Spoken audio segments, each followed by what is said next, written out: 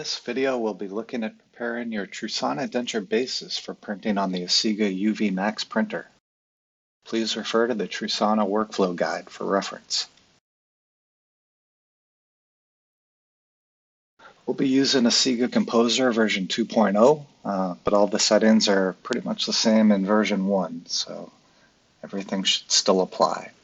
Select your printer, select the latest Trusana base profile, and set your layer thickness to 0.1 millimeters. Once inside the software, we'll click Add Parts. Then we'll browse to the denture base files, highlight however many you need to bring in, and click Open.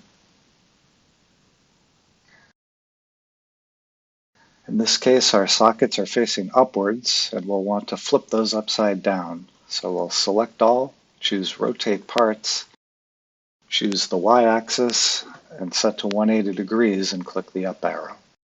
Now the parts are in the correct orientation. Auto nest to center the parts on the build plate. And now we'll go and generate supports using the default settings.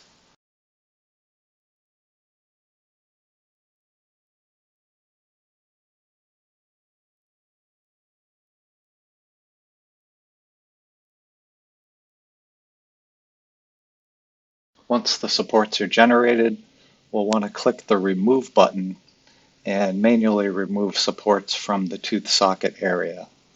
This is to ensure that we do not have any interference when we're trying to fit the teeth into the base after printing.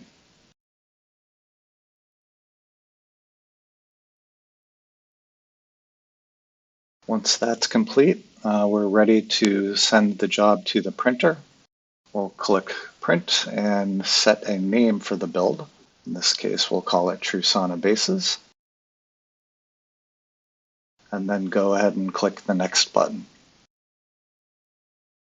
For the build properties, we want to make sure Shadow, All Parts, and Intersecting are selected. We'll increase the base plate thickness to 0.4 millimeters and set the mesh shape to None. Those are all the settings we need. We can go ahead and click Print and send the job to the printer. Thank you very much for watching.